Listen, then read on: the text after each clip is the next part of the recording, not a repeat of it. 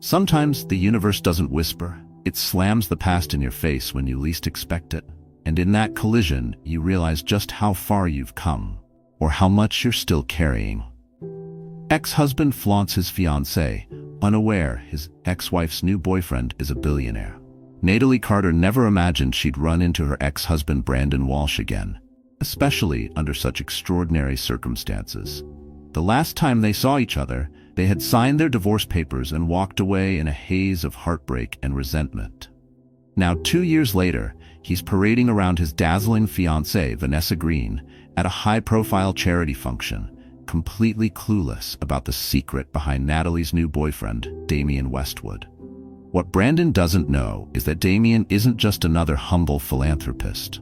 He's a billionaire with immense power and influence, ready to sweep Natalie into a life of luxury she never dared to dream of. Prepare for a roller coaster of revenge, scandal, and bittersweet redemption. Rain lashed against the windows of a cozy cafe on East 78th Street as Natalie Carter sipped her cappuccino.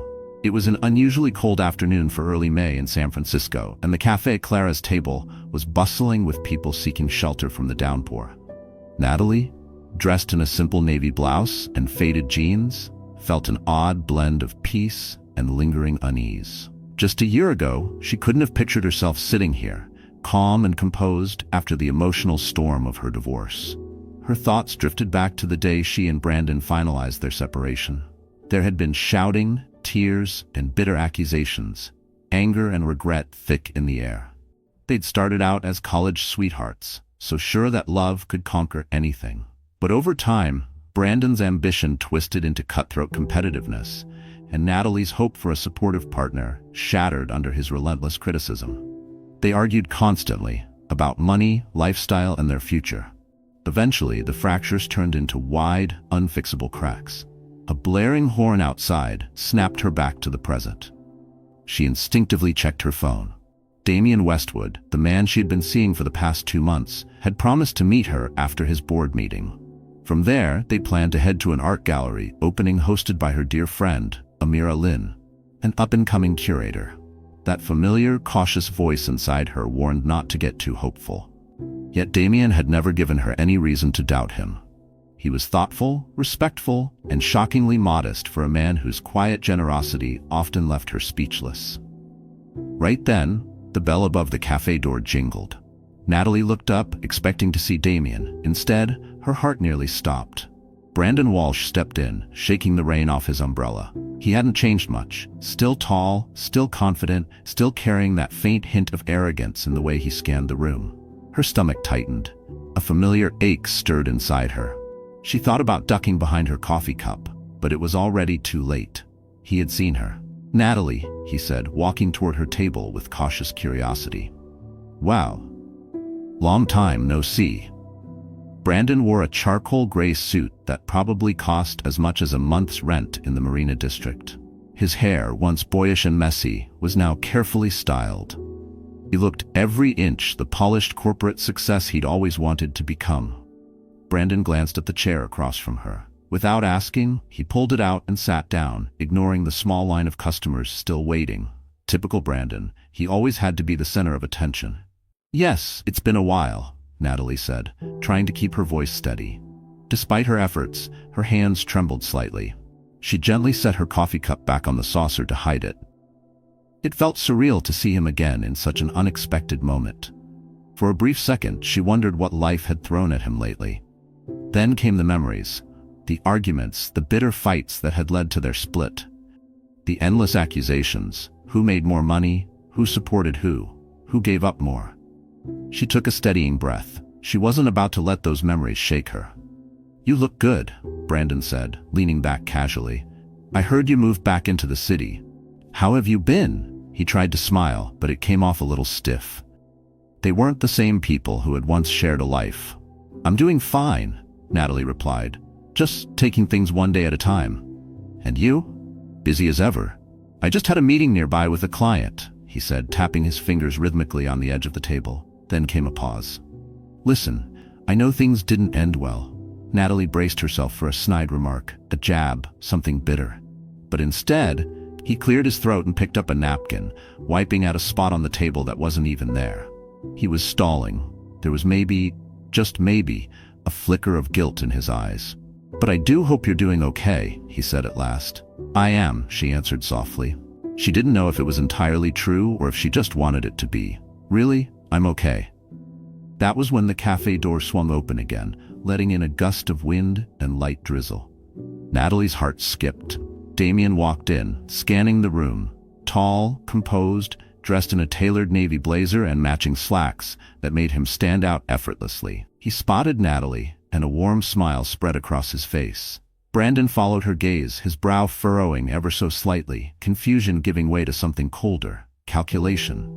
"Natalie," Damian said, walking over with a calm, self-assured presence. "Sorry I'm late. The meeting ran long." He placed a gentle hand on her shoulder and leaned down to press a soft kiss to her cheek. The warmth of that small gesture sent a ripple of comfort through her, just enough to steady the storm rising beneath her skin. Brandon arched an eyebrow. "So this is?" Natalie felt a brief wave of awkwardness rise in her chest, and under it, a flicker of dread. This moment, inevitable and yet far too soon. "Brandon, this is Damian Westwood, my boyfriend." "Damian, this is Brandon Walsh, my ex-husband." The tension that hung over the table was nearly tangible. It clung to the air like static before a lightning strike. Damian, ever composed, extended his hand toward Brandon. "Nice to meet you," he said with quiet grace. Brandon took it, but with noticeable stiffness. "Likewise," he replied. He sounded polite, but his eyes betrayed something else. They flickered over Damian, sizing him up the way one might measure a rival. A flicker of something primal passed between them. Respect? Jealousy? Challenge? Natalie couldn't tell, but she felt it in her bones. "Well, I should get going," Brandon added abruptly. "I have to pick up Vanessa."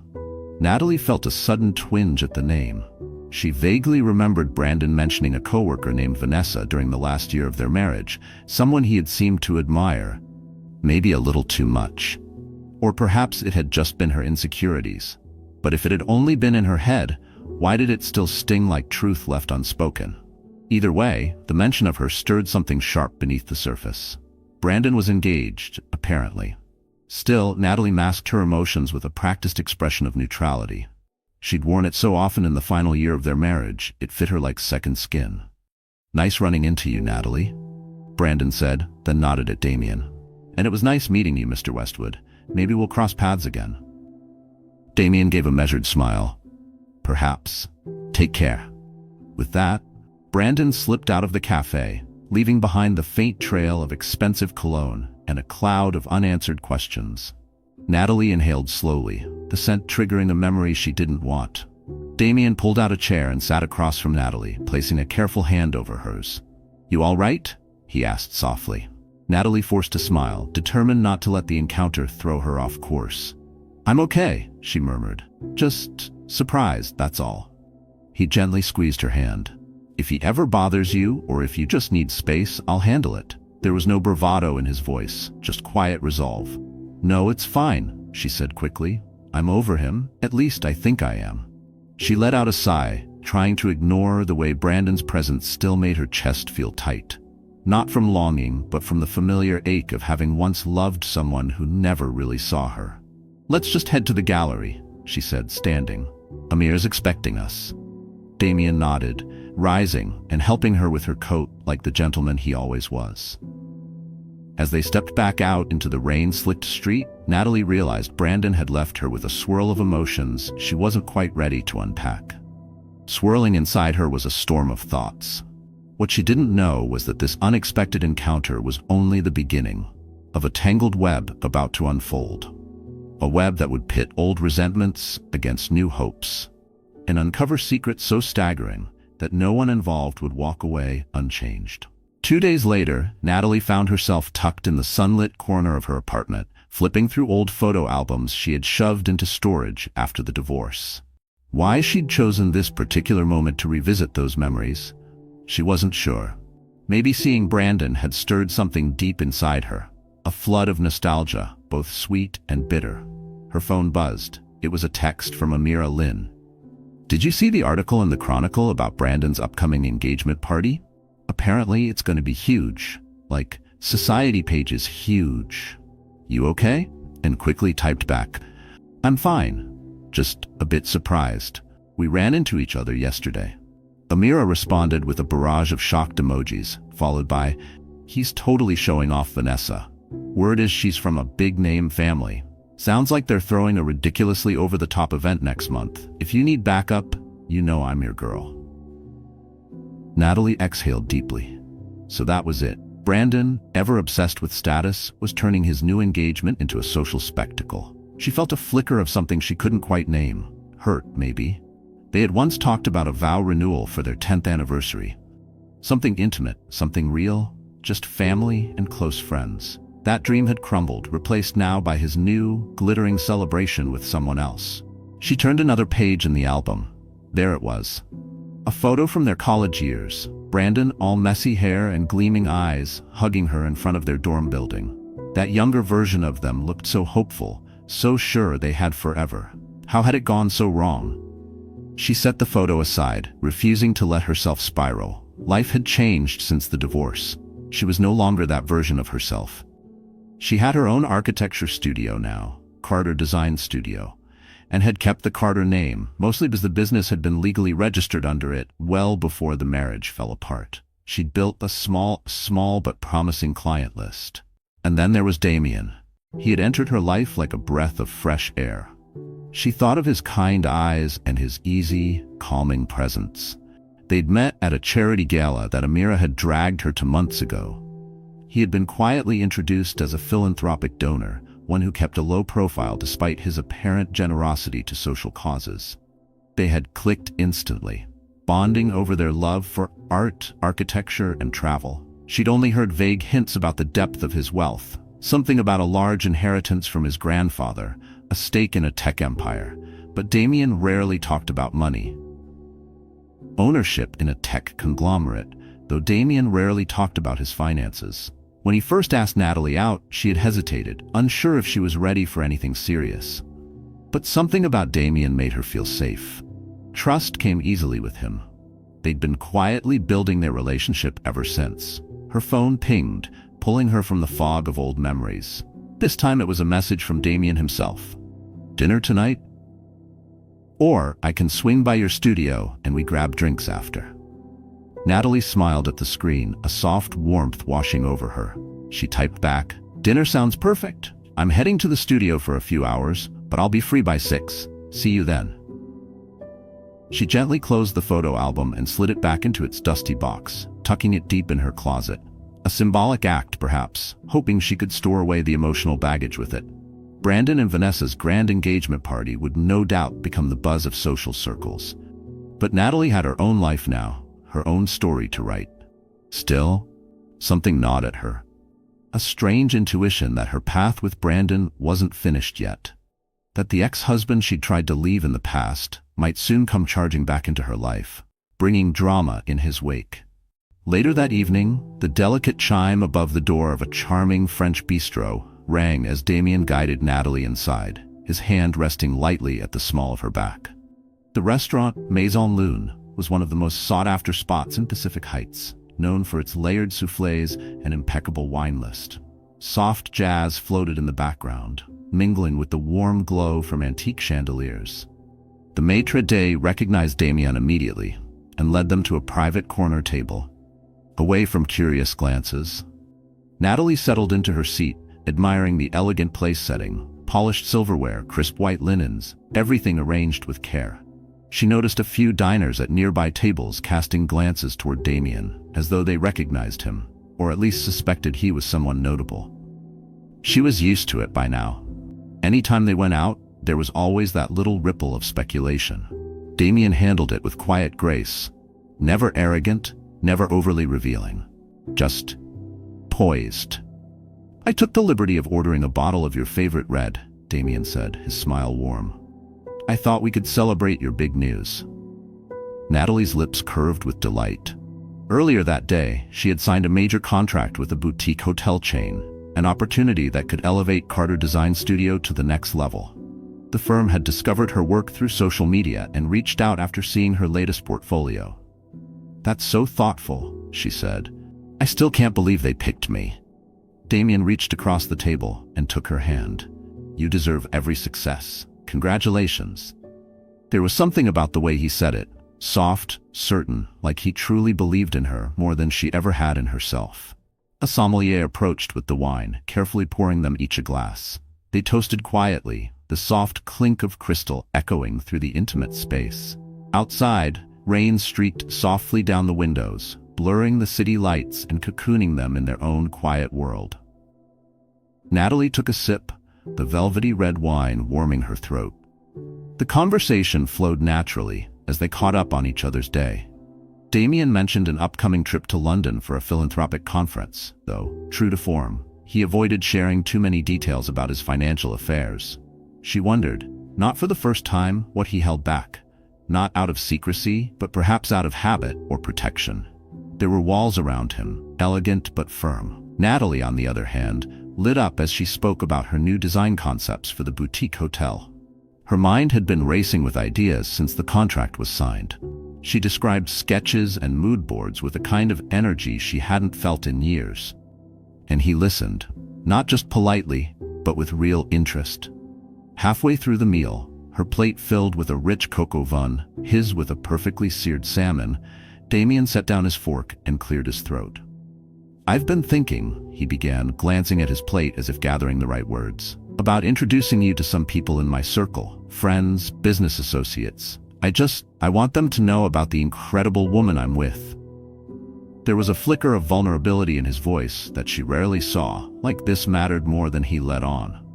Natalie paused, fork halfway to her mouth. You do? She asked, her heart skipping a beat. It wasn't just the invitation, it was the meaning beneath it. The line between his world and hers was about to blur. They had been dating for a couple of months, and things had been growing stronger. Still, meeting people from his inner circle felt like a big step, especially when those circles likely included powerful executives, dignitaries, and influencers. Would they look at her as an outsider? Would she look at herself that way too? Damian nodded, placing his napkin gently on the table. I don't want to pressure you, but there's a fundraiser next week. I'd like you to come, be by my side if that's okay.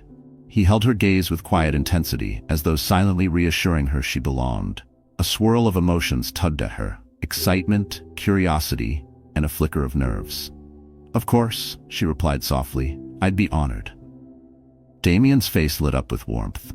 He reached across the table again, gently rubbing his thumb over her knuckles. Thank you.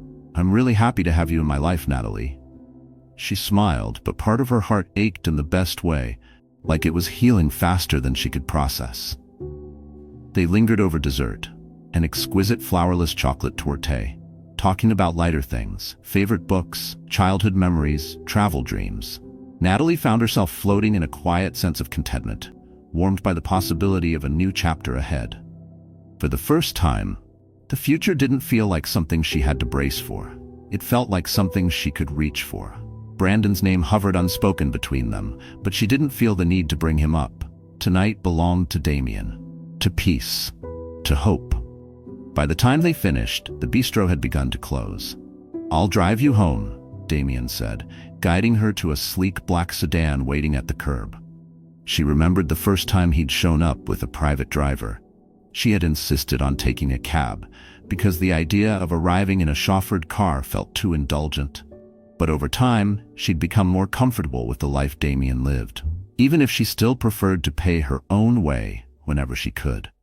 She'd grown more at ease with Damian's world, though she still insisted on paying her own way whenever she could. Inside the car, Damian's arm draped around her shoulders as she leaned into him. Relaxed. She closed her eyes, letting the soft glow of the city lights flicker across the windows as they wove through the streets of San Francisco. The hum of the engine lulled her into a quiet, peaceful reverie. In that moment, she allowed herself to believe that maybe, just maybe, her life was finally moving forward, free from the heartbreak that had once consumed her. The next morning, sunlight streamed through the tall windows of Natalie's architecture studio.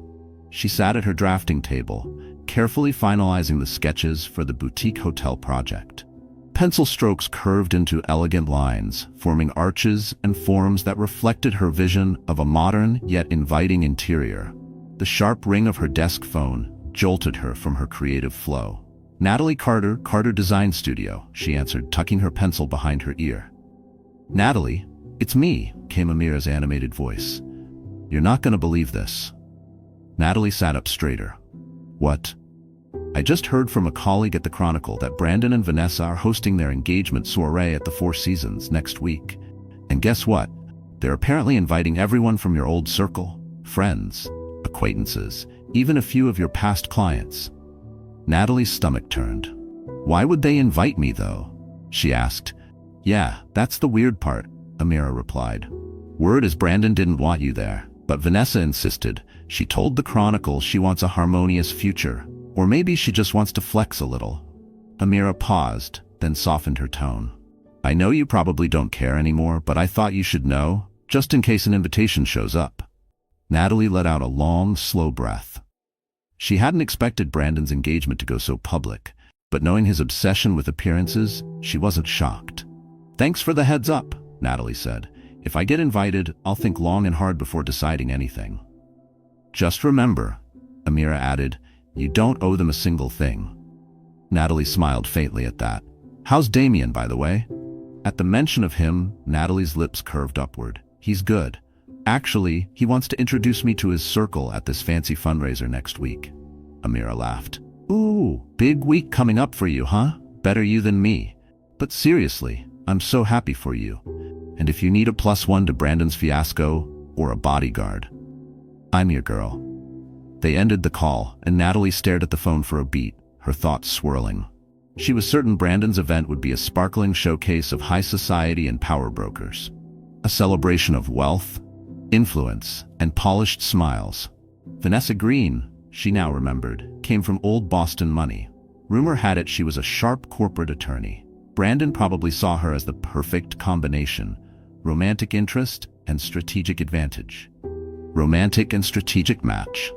That afternoon, a delivery courier arrived at Natalie's apartment with a large, cream-colored envelope embossed in gold. Her pulse quickened. A chill ran through her despite the warm cup of tea in her hand. Something about the weight of the envelope felt ominous. The return address read, "Mr. Brandon Walsh and Miss Vanessa Green." She sighed.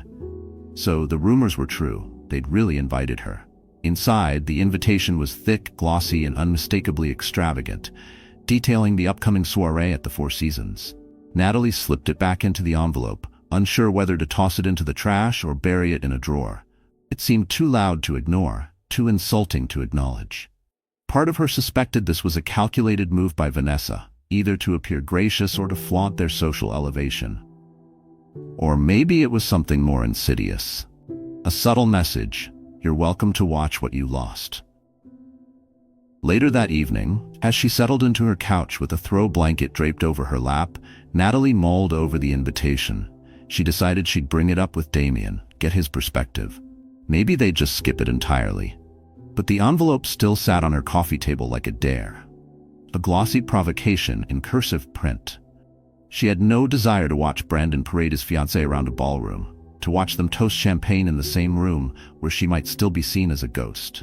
And yet, a small voice inside whispered that maybe, just maybe, it would be empowering to walk in on her own terms, with someone who cherished her, to show them that she was no longer the broken woman Brandon had left behind, that she had risen from the ashes of their past, not bitter, but better. She picked up her phone and called Damian. He answered on the second ring. "Natalie," he greeted. "I was just thinking of you."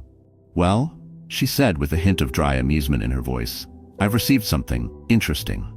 "Oh?" Natalie exhaled. "An invitation to Brandon's engagement soiree." Damian paused on the other end. "How are you feeling about that?" She curled into the corner of the couch, hugging the pillow tighter. "I'm conflicted. Part of me wants nothing to do with it, but another part of me? I don't know. Maybe I want closure. Maybe I just want to prove to myself that I'm okay." Her voice wavered slightly, caught between old wounds and new strength. She hesitated. "Also, it wasn't Brandon who sent it. Vanessa specifically invited me. It almost feels like a trap, but maybe I'm reading too much into it. Or maybe it was exactly that, bait disguised as courtesy." Damian's voice was calm, reassuring. "Whatever you decide, I'll be right there with you.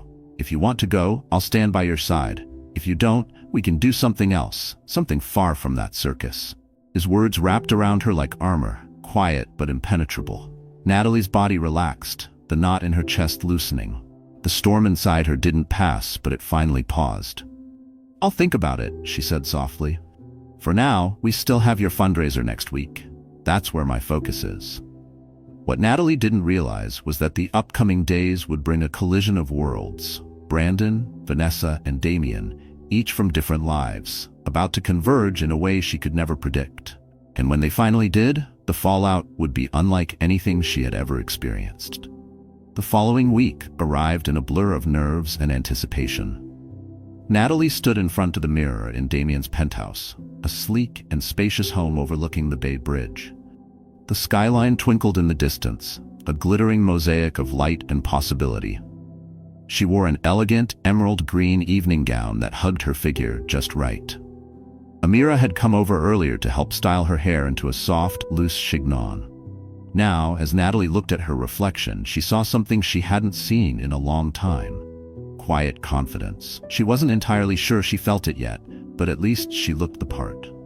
Damian, adjusting his cufflinks, stepped up beside her. "You look breathtaking," he murmured, pressing a gentle kiss to her temple. "Are you ready?" "As ready as I'll ever be," Natalie replied with a small smile. "I still don't know who all is going to be there." Damian paused for a moment. "It's going to be a mix: philanthropists, investors, and a few celebrities who support the foundation. These events can be a lot. If at any point you want to leave, just say the word." They arrived at the grand ballroom of the Laurelwood Hotel, greeted by a frenzy of flashing cameras and sleek luxury cars rolling up to the entrance. A crowd of polished donors and socialites flowed toward the entrance. Natalie stayed close to Damian, feeling a rush of relief as they finally stepped inside the elegantly adorned venue. Crystal chandeliers sparkled overhead, and servers moved gracefully with trays of champagne flutes. Almost immediately, a striking woman with auburn hair approached, beaming. "Damian, darling," she cooed, kissing both of his cheeks. "So good to see you. And who is this stunning lady?" Damian placed a hand gently at Natalie's back. "Monica, meet Natalie Carter, my girlfriend. Natalie, this is Monica Herrera. She's on the board of the Global Arts Foundation." Monica's eyes lit up. "Pleasure to meet you, my dear. Damian's told me you're an architect. How wonderful. We must talk about the new cultural center we're developing in Berkeley." They exchanged pleasantries, and though Natalie smiled graciously, she felt slightly overwhelmed by Monica's energy. More people soon joined them, the conversations following a predictable rhythm. Cordial introductions, mild curiosity about Natalie's background, and then a quick pivot to philanthropic endeavors or business ventures. She quickly realized many of these guests lived in a world far beyond her own, a world where alliances were formed over charity galas and seven-figure donations. Midway through the evening, Natalie drifted toward a quieter corner to admire an exhibit highlighting the foundation's work. Photos of hospitals built in underserved regions, art scholarships awarded to young talents, and environmental restoration projects spanning continents. She was quietly reading a plaque about a wildlife conservation effort in Africa when a voice startled her from behind. "Natalie Carter? Is that you?" The voice was male and vaguely familiar. She turned around and froze. It was David Russell, an old acquaintance of Brandon's and someone he used to meet with about real estate ventures. David's eyes widened in recognition. "Almost didn't believe it. How are you?" Natalie forced a polite smile. "I'm well, David. Didn't expect to see you here." Her voice was calm, but a familiar tightness crept into her chest, the kind that came from standing too close to old ghosts. "I'm a sponsor," he replied, swirling the wine in his glass. "Always good for business to donate to worthy causes, right?" He gave a grin that didn't quite reach his eyes, the kind of grin that said, "I'm here to be seen, not to feel." "Actually, I've got a table next to, Brandon Walsh. At the engagement party, you planning to attend?" Natalie felt her posture stiffen. Like a reflex, her spine straightened, her breath caught. The mention of Brandon's name still came with static. "Still deciding?" she said carefully. David chuckled low. "You should go. Brandon's been bragging non-stop about his new fiancée. Something about her father's connections in DC. He's definitely on a roll." Might be worth seeing what you're missing. A flicker of annoyance rippled through her, and beneath it, something sharper. Disgust, maybe, at how easily Brandon turned relationships into business strategies. "Trust me, I'm not missing anything," she replied coolly. "Besides, I'm here with someone else." She glanced around, hoping Damian would appear and give her an out.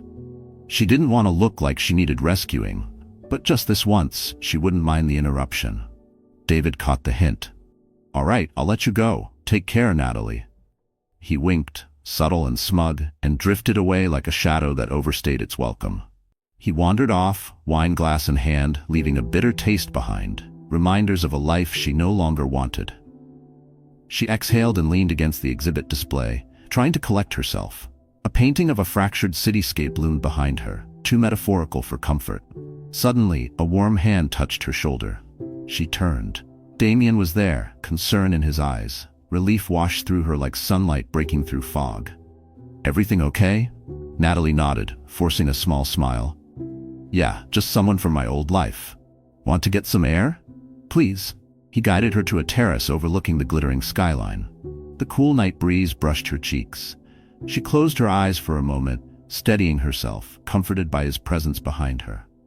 "Natalie," Damian said quietly, "I know bumping into people from your past can stir up things you'd rather leave behind. But I hope you know, I'm here for you." She turned to face him, tears threatening to rise. It wasn't just David. It was the whole tangled history threatening to rise to the surface. "Thank you," she whispered. "I'm okay. It's hard sometimes. Brandon's engagement party is just days away, and I guess I'm still dealing with how he used to undermine me. I don't want to be that woman who can't let go." She hated how her voice cracked on the last word, but it felt honest. Damian reached out, gently brushing a strand of hair from her face. "You're not that woman," he said softly, "but if you feel like you need to go to that party for closure, I'll go with you." A small spark of gratitude flared in her chest, and with it, the realization that this wasn't just about the past. It was about reclaiming her place in her own future. "I appreciate that," she murmured, stepping closer and resting her head against his shoulder. High above the city, under the golden shimmer of skyscraper lights, Natalie couldn't shake the feeling that something was stirring. That Brandon's grand event wouldn't just be an engagement celebration.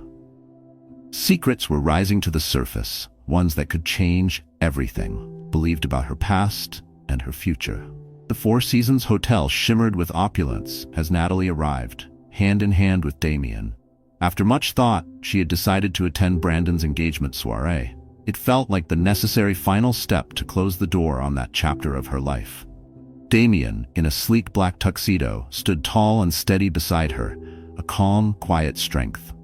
Natalie wore a midnight blue gown that contrasted beautifully with her dark hair, and for the first time in a long while, she felt an inner confidence she wished she'd had years earlier.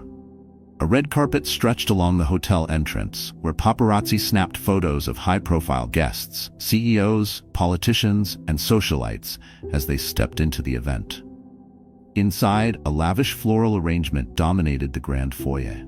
Classical music floated in from a string quartet in the ballroom, while waiters glided between guests, offering trays of champagne and hors d'oeuvres. Within minutes, Brandon appeared. He looked sharp in a custom-tailored suit, his expression flickering with surprise as his eyes landed on Natalie and Damian. At his side stood Vanessa Green, radiant in a silver gown that shimmered under the chandelier light. Her auburn hair was swept into a graceful updo. Vanessa's gaze settled on Natalie with polite interest. "Natalie?" Vanessa greeted warmly, extending a hand. "I'm so glad you could make it. Brandon mentioned he'd run into you recently." Natalie shook her hand, noting the massive diamond on Vanessa's finger. "Thank you for the invitation," she said with a carefully polite smile. Brandon cleared his throat. "Damian," he said with a nod. "Good to see you again." Damian responded with calm grace. "Likewise, congratulations on your engagement." An awkward pause followed before Vanessa gently touched Brandon's arm and excused them both to greet other guests. Natalie exhaled and looked at Damian with quiet gratitude. "Well, that wasn't too bad," she whispered, though her pulse still thudded in her chest. They made their way deeper into the ballroom, sampling hors d'oeuvres and chatting with a few acquaintances. Amira was there too with her boyfriend and waved Natalie over to a corner. They chatted for a bit, Amira slipping in dry, witty remarks about Brandon's over-the-top chord choices, but despite the laughter, a subtle current of tension wove through the evening. From afar, they watched as Brandon and Vanessa held court. Vanessa was poised and polished, exuding a calm sophistication in every glance and gesture. Brandon, for his part, appeared proud, almost smug, as he introduced her to high-powered figures in the room. It was a spectacle of social maneuvering that made Natalie's head spin. Partway through the night, a hush fell over the ballroom.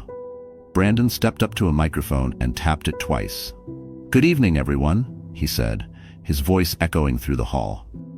"Vanessa and I want to thank you all for being here tonight to celebrate our engagement. We're thrilled to share our happiness with so many of you." His smile was polished, his tone just humble enough to sound rehearsed. Polite applause rippled across the crowd. Vanessa took the mic with a poised smile. "I couldn't be more grateful to have Brandon by my side. We're looking forward to many milestones together, and we're touched to have friends and family here supporting us tonight. Thank you." Her delivery was flawless, but Natalie couldn't help noticing the way Vanessa's fingers tightened briefly around the microphone, her smile just a second too long. Another polite wave of applause. Brandon handed the mic off to the band, which immediately began playing a lively tune. The conversations resumed. Waiters appeared with fresh flutes of champagne. Damian turned toward Natalie with a quiet smile. "You've handled yourself like a queen," he whispered. His voice wrapped around her like a protective veil in the middle of the storm. She let out a long breath she hadn't realized she'd been holding. "I think that's enough closure for me," she said softly. "Maybe we can slip out soon." The weight of the room, the eyes, the carefully curated masks, it was all starting to feel suffocating. But before they could move, a voice sneered behind them. "Slipping out so soon? You haven't even properly congratulated the happy couple." Natalie turned. It was Brandon's mother, Patricia Walsh, a woman known for her love of pearls and thinly veiled judgment. She had once adored Natalie. That changed after the divorce, when Patricia had apparently decided that everything was Natalie's fault. The smile on Patricia's lips was practiced, but her eyes held sharp edges. "Hello, Patricia," Natalie said, keeping her voice level. She straightened her shoulders, refusing to flinch. Patricia's eyes flicked to Damian, surveying him with open skepticism. The way she studied him felt less like curiosity and more like an appraisal. "And who is this gentleman?" she asked. Before Natalie could answer, Damian smiled politely. "My name is Damian Westwood, ma'am. I'm here with Natalie." Patricia's gaze narrowed as though mentally calculating his worth. Her fingers twitched slightly around her clutch, betraying a flicker of recognition. "You look familiar. Have we met before?" Damian remained composed. "I'm not sure," he said evenly. "Perhaps at a charity gala." There was a barely perceptible shift in his posture, subtle but alert. "That must be it," Patricia said with a sniff. But her expression didn't soften. If anything, it grew more curious. She turned back to Natalie. "I suppose it's good you've moved on, though some of us still wonder if you ever truly appreciated what Brandon brought to your life." Damian's jaw tightened subtly, but he said nothing, letting Natalie handle it. A quiet storm churned in his eyes, though his hands remained calmly at his sides, and she did. "With all due respect," she said calmly, "that's no longer your concern. I wish Brandon and Vanessa well." Her voice was even, but beneath it lay a blade of steel. Patricia's lips thinned. "Well, do enjoy the party." She pivoted and walked away, trailing tension like expensive perfume. And for a moment, Natalie could almost hear the echo of the woman she used to be, desperate for Patricia's approval. That woman was gone. Damian placed a gentle hand on Natalie's back. "You all right?" "I'm fine," she said quietly. "Let's get some air." They strolled out to a small terrace overlooking the glittering city below. The lights, music, and soft hum of conversation from inside faded into the background. Natalie finally exhaled, releasing a breath that had felt stuck in her chest all night. The tension between her shoulder blades loosened until the next storm found her. "That woman always made me feel inadequate," she murmured. The admission sat heavy on her tongue, a truth she hadn't voiced aloud in years. Damian rubbed her shoulder gently. "You're far from inadequate. I'm proud of you." for standing your ground." His words were simple, but the sincerity in them made her throat tighten. A gust of wind tousled her hair. Natalie turned toward him, about to thank him again, when a swirl of voices and rising chatter from inside the ballroom caught their attention. They exchanged a glance and quickly stepped back in. The shift in energy was immediate. Something had shifted, cracked open. At the front of the room, Brandon stood once more at the microphone, Vanessa beside him. But this time, neither of them looked celebratory. They looked flustered. Their practiced poise had fractured under pressure, and the room sensed it. "Please, everyone, remain calm," Brandon's voice echoed through the speakers, tight and controlled. The room buzzed with confusion. Guests shifted uncomfortably. The hum of unease grew louder with every second. Natalie spotted a large security guard making his way through the crowd, heading straight toward them. Her pulse spiked, a reflexive dread curling in her stomach like smoke. A sudden knot twisted in her stomach. "Excuse me, Mr. Westwood," the guard said, his eyes darting between Damian and Brandon at the mic. "Could you come with me, please?" Natalie's heart sank. She gripped Damian's arm. "What's going on?" The guard looked uneasy. "We received a tip that someone might be here under false pretenses." He didn't sound convinced, but protocol had overridden courtesy. A hush fell over the room.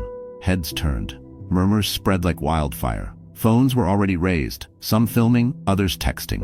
A scandal was blooming in real time. Brandon took the mic again. "Damian Westwood, we need to verify your credentials. We can't allow anyone to crash this event." His voice was calm, but his eyes flickered with something darker. Satisfaction? Or self-preservation? Natalie's mouth dropped open in disbelief. She stared at Brandon, her eyes flashing.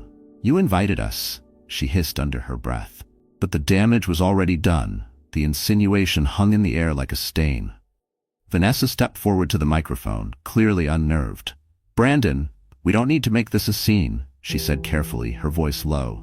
But the strain in her tone betrayed her embarrassment and her fear of losing control. Damian raised his hands in a calm gesture. "It's all right," he said evenly, addressing the guard. "I'm happy to clarify who I am." He turned to the room, scanning the sea of curious faces. Some stared with suspicion, others with thinly veiled amusement. Few dared to blink. "But I would like to know who's behind this so-called tip." People whispered. The air crackled with speculation. Natalie looked sharply at Brandon, suspicion rising. Had he orchestrated this? Brandon looked confused, unsure. But nearby, Patricia stood with a look of smug satisfaction on her face. Her expression said what her sons didn't. "This is the punishment for stepping outside your station." Then, from the far corner of the ballroom, a voice cut through the tension. "I placed the call." All heads turned. A well-dressed older man stepped forward, someone Natalie instantly recognized as Gerald Preston, Vanessa's father. He stepped into the center of the room, leveling Damian with a cold, assessing stare. The silence deepened, heavy with the scent of power being wielded like a blade. "I've heard rumors about you, Mr. Westwood," he said, voice clipped and firm. "Rumors that you claim to be wealthy and philanthropic, but no one seems able to verify the source of your fortune." He looked around the room. "We can't allow just anyone into these circles." And just like that, the invitation became an interrogation. Natalie felt outrage boil in her veins. "He's not just anyone, he's..." Damian gently squeezed her hand, signaling her to stay calm. He turned to Gerald Preston with remarkable composure. "Sir, you're right. I typically keep a low profile about my finances," Damian said steadily. "But I can assure you I'm more than qualified to be here tonight. If you'd prefer, we can step aside and verify whatever credentials you need." A tense silence followed. Brandon cleared his throat, unsure of what to do. Vanessa looked horrified, clearly embarrassed by her father's public outburst. The security guard hovered, awaiting instructions. Without missing a beat, Damian calmly reached into the inside pocket of his jacket and retrieved a business card. He handed it to the guard. "If you call this number," he said coolly, "my office will confirm my identity. I'm a principal investor in ArcLight Tech, among other ventures." A ripple of surprise swept through the room. ArcLight Tech was a massive name in the technology industry. The recognition spread quickly. Gerald's face lost a shade of color as he snatched the card from the guard and read it. Brandon's expression flickered, caught somewhere between confusion and envy. Vanessa's father exhaled sharply, clearly realizing he'd made a major mistake by publicly questioning Damian. The guard spoke quietly into his earpiece. A moment later, he nodded. "It's confirmed, sir. My apologies, Mr. Westwood." He stepped back, leaving Damian free to stand unhindered. An uncomfortable silence settled over the ballroom. Damian turned to Brandon and Vanessa, his voice even but firm. "Congratulations again on your engagement," he said, "but I think we'll be leaving now." With that, he took Natalie's arm and led her toward the exit. Amira trailed behind them, muttering under her breath about the absurdity of the scene they'd just endured. Outside, in the hotel lobby, Natalie's emotions spilled over.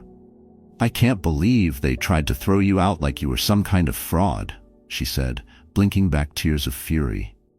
Damian's expression softened. "I've dealt with worse. Let's just go home." As they stepped into the night, one truth burned bright in Natalie's mind. Brandon and Vanessa hadn't just tried to humiliate her. They had tried to publicly discredit Damian. The gloves were off now, and the next encounter wouldn't just be awkward. It would be explosive. The morning after the disastrous engagement soiree, social media exploded with speculation. Word had spread like wildfire about the confrontation at the Four Seasons. Society blogs and gossip tabloids ran with headlines like, "Billionaire called out at elite party, identity challenged in public showdown." "Investor mistaken for party crasher, fiancé's father sparks showdown at lavish engagement." That was just one of the many headlines circulating as Natalie woke to a flood of texts from Amira, gleefully detailing the online aftermath of the night's fiasco. Screenshots, video clips, social media threads with hashtags like Partygate and Westwood Mystery. The internet was feasting. Even Brandon had called her late in the night, leaving a voicemail, one she had no intention of returning. Still, curiosity got the better of her. She tapped play. "Natalie, hey. I'm sorry about what happened tonight. I had no idea Vanessa's father would react that way. Look, maybe we can talk sometime soon. Clear the air. Let me know." She deleted the message without hesitation, irritated but strangely satisfied. The sound of his voice, once so familiar, now felt like a relic from another life, one she had no desire to reopen. At least now, Damian's identity was no longer a mystery to anyone. He wasn't just the calm, reserved man at her side. He was now undeniably seen as a powerful figure with presence in elite circles. And he had handled the chaos with the same quiet strength he always carried. Not once had he flinched. Not once had he lashed out. That restraint, that grace under fire, spoke volumes more than any headline ever could. That morning, he invited Natalie to his penthouse for breakfast.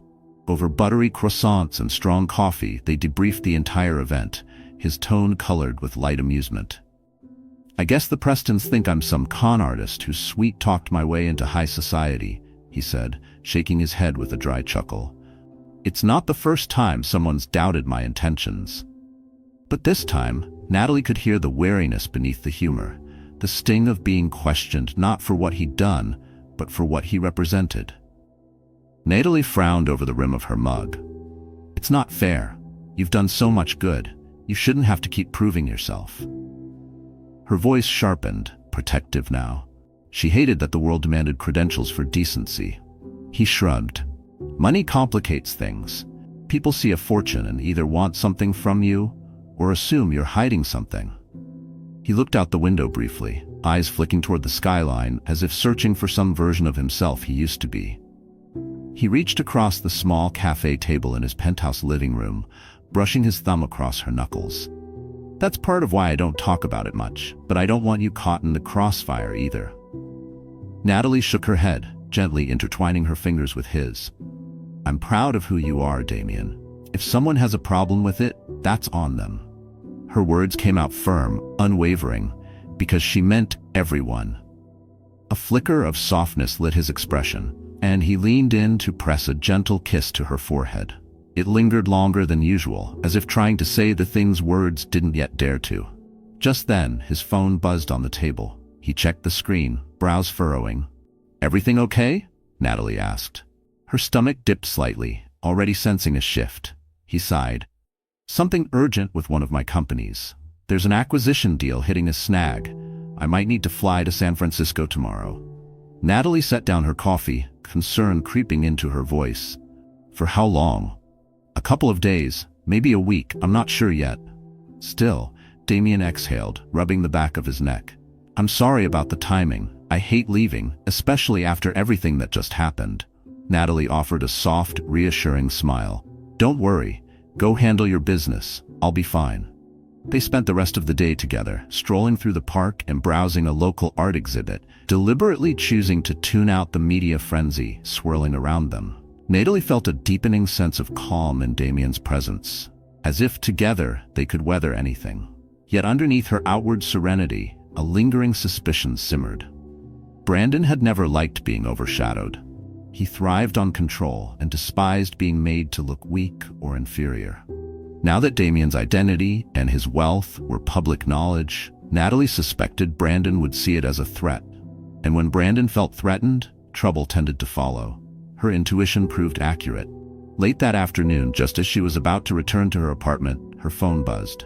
An unknown number flashed on the screen. She hesitated, then answered. Natalie, it's Vanessa. The voice trembled, composed but barely. Can we meet? I need to talk to you about Brandon. Natalie's pulse quickened. Vanessa? Why would she call? Part of her braced for some kind of ambush or confrontation, maybe even an accusation that she'd upstaged the engagement soiree. But the shakiness in Vanessa's voice wasn't aggressive, it was fragile. Curiosity got the better of her. They agreed to meet at a quiet tea shop the next day. When the call ended, Natalie sat frozen for a moment, her stomach twisting. Vanessa hadn't sounded smug or performative. She'd sounded almost desperate. Maybe the picture-perfect facade of Brandon and Vanessa's engagement was already beginning to crack. And if so, what secrets might come spilling out? The next day, gray skies hung low as Natalie stepped into Marlowe's tea house in Midtown, a cozy spot known for its loose-leaf blends and calming ambiance. She slipped into a corner booth, scanning the softly lit space. Vanessa arrived shortly after, wearing a black trench coat over a cream blouse. Her posture was stiff, and when she removed her coat, her hands trembled ever so slightly. Thank you for meeting me, Vanessa said quietly, settling across from her. Natalie studied her face. There were faint shadows under her eyes. She didn't look anything like the glowing fiancée from the engagement party. No problem, Natalie replied gently. What's going on? A server came by, and Vanessa ordered chamomile tea. Natalie asked for Earl Grey. They sat in awkward silence until the server left. Vanessa cleared her throat. I know this might sound strange, but I don't have many people I can talk to about Brandon.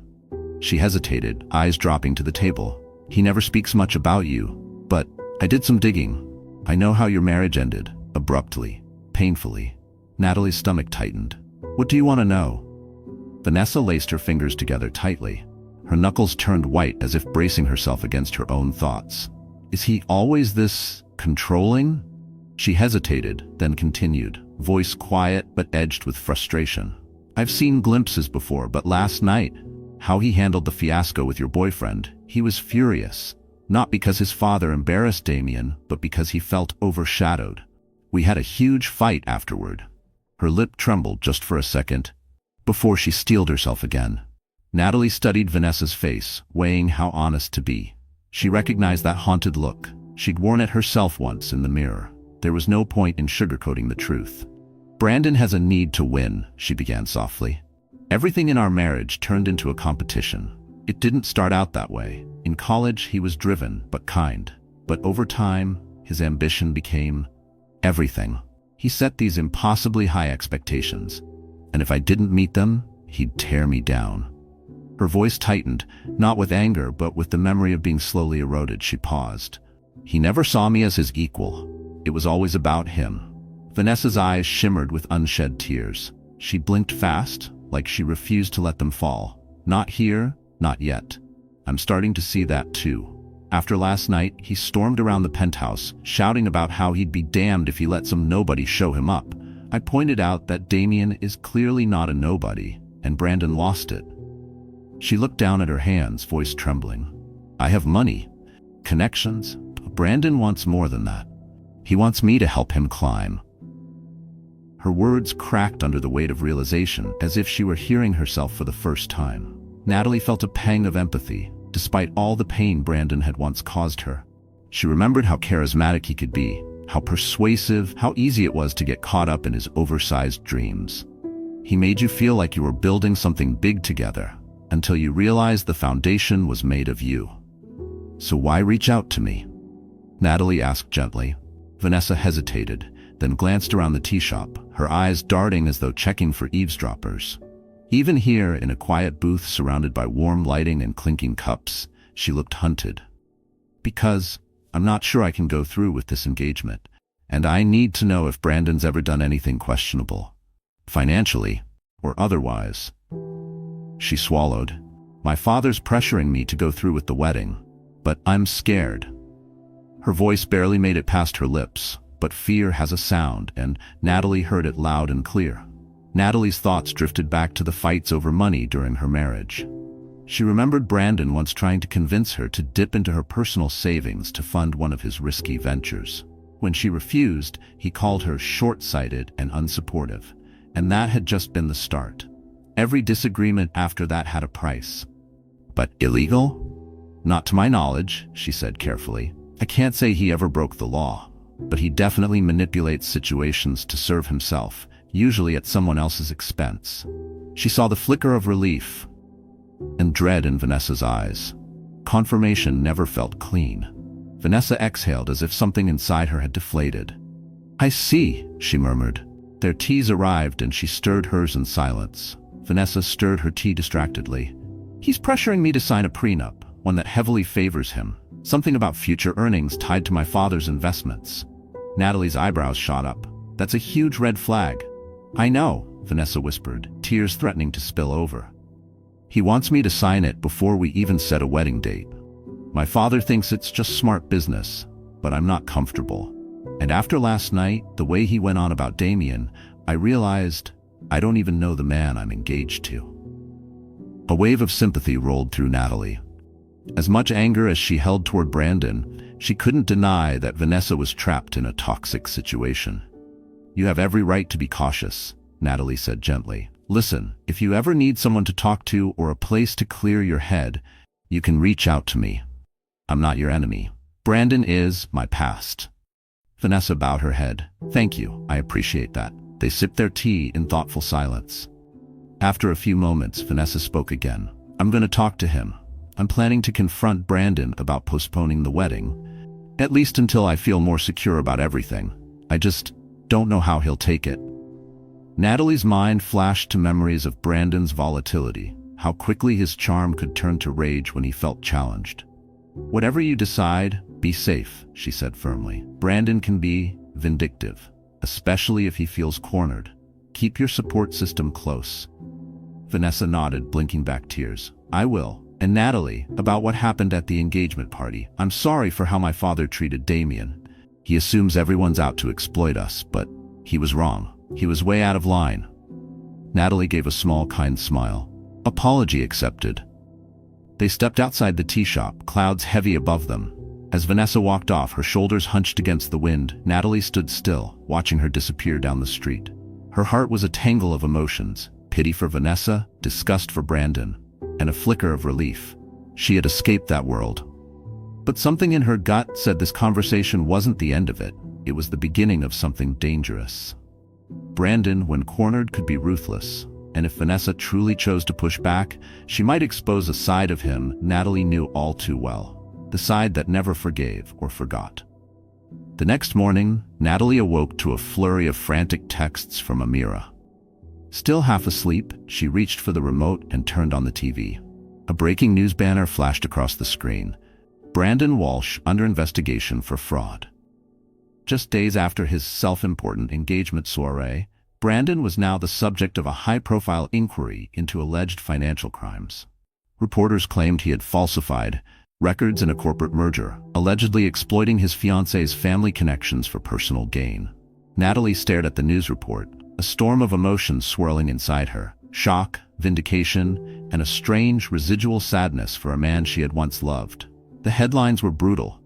Brandon's face plastered across every outlet. His downfall wasn't just public, it was cinematic. Her phone rang again. It was Amira, breathless with updates. It's everywhere, she said. He's toxic now. Investors are pulling out left and right. Vanessa's dad, Gerald Preston, pulled all of his support. And get this, word is Vanessa herself handed over evidence to the investigators. She flipped. Her tone was half in shock, half in awe. As Natalie tried to process it all, another call buzzed in, an unknown number. She answered, already bracing. Her pulse spiked. A familiar dread crept in like cold air under a door. Natalie, came the unmistakable voice of Brandon, raw, shaky, desperate. I'm out of options. They froze my accounts. Vanessa's gone. You have to help me. His voice cracked halfway through, and for a brief moment, he didn't sound like the man who once stood so confidently on pedestals. He sounded like someone watching his kingdom burn. His words tumbled out like a landslide, panic laced with disbelief. She could almost hear him pacing, unraveling. The sound of papers rustling, footsteps, a hollow echo in the background, chaos unfolding in real time. Brandon, she said carefully, I'm not your wife anymore, and your problems aren't mine. If you forged documents, misled investors, that's on you. He let out a jagged, bitter laugh. Everyone thinks they know better. All these high society people, they only care about winning. I played by their rules, and now I'm the villain. Even you're abandoning me. There it was again, that voice of entitlement, cloaked in victimhood. His tone turned sharp, accusatory. You think Damian and his billions will always be there to clean up your messes? The venom in his words startled her, not because it hurt, but because it no longer had power. Natalie stiffened, but kept her voice steady. My life is no longer entangled with yours, Brandon. Don't ever call me again. Her hand trembled slightly as she hung up, but not from fear. From release. The line went dead. Natalie sat there, shaken, yet oddly free. It was the silence afterward that struck her most, not empty, but peaceful. In that moment, she realized something. Brandon's collapse wasn't her responsibility. His downfall brought her the one thing she hadn't even realized she was waiting for. Closure. He was no longer a ghost from her past, just a cautionary tale, an example of unchecked ambition. And she was done carrying the weight of his failures. 2 days later, Damian returned from his business trip in San Francisco. As the elevator doors opened into the penthouse and she saw him step inside, relief rushed through Natalie like a tidal wave. Her handbag slipped from her hand as she crossed the room and threw her arms around him. He held her close, gently stroking her hair. I missed you, he murmured. She led him to the sofa, still holding his hand. Damian, she began softly, while you were away, Brandon's entire world collapsed. She explained everything. He's under investigation. Vanessa called off the engagement, and he's been calling me, begging me for help. Damian's brow furrowed with concern. He called you directly? She nodded. He wants money for a better lawyer. I said no. It felt cruel, but I can't let him drag me back into his chaos. Damian exhaled, relief clear in his expression. I'm proud of you for setting boundaries. He reached for her hand. If you ever feel threatened, I'll do whatever it takes to protect you. They spent the next few hours catching up, talking through the whirlwind of legal drama and relentless media coverage. Even the tabloids had taken an interest, drawing contrast between Damian's quiet influence and Brandon's public unraveling. Natalie hated the gossip, but Damian reassured her that rumors would pass. They always do. That evening, they attended a charity art auction supporting local artists. As they entered the sleek modern gallery, cameras flashed. Photographers snapped shots of Damian, now fully recognized as one of the city's most generous philanthropists. Natalie tensed momentarily under the attention, but Damian leaned in with a smile. Relax. We're here for a good cause. Encouraged by his warmth, she moved through the gallery, admiring various pieces until she stopped in front of one, a bold, vibrant painting full of life and color. Damian noticed. He quietly outbid every other attendee and later gifted Natalie the piece with a subtle, satisfied grin. Afterward, they hosted a small gathering at Damian's penthouse, celebrating both Natalie's new design contract with the boutique hotel chain and the striking new addition to her portfolio. Amira arrived early, throwing her arms around Natalie and launching into the latest updates on Brandon's downfall, from canceled contracts to furious investors backing out. And while a small part of Natalie still felt a sting of pity, another part knew without a doubt that she had made the right decision in walking away from him. Later that night, after the guests had left, Natalie and Damian sat quietly in the softly lit living room. City lights shimmered through the floor-to-ceiling windows, casting reflections on the newly mounted painting across the room. With a glass of wine in hand, Natalie stared out at the skyline, feeling a calm she hadn't known in years. Gone were the days of doubting her worth, of shrinking under Brandon's backhanded compliments and relentless criticism. She turned to Damian, who was watching her with that familiar, quiet tenderness. "I never thought I'd end up here," she said softly, voice catching in her throat. "A year ago I was still picking up the pieces from the divorce. Now, everything feels possible." Damian reached for her hand and pressed a gentle kiss to her knuckles. "You deserve a partner who sees your brilliance," he said, "not someone who tears you down just to feel bigger."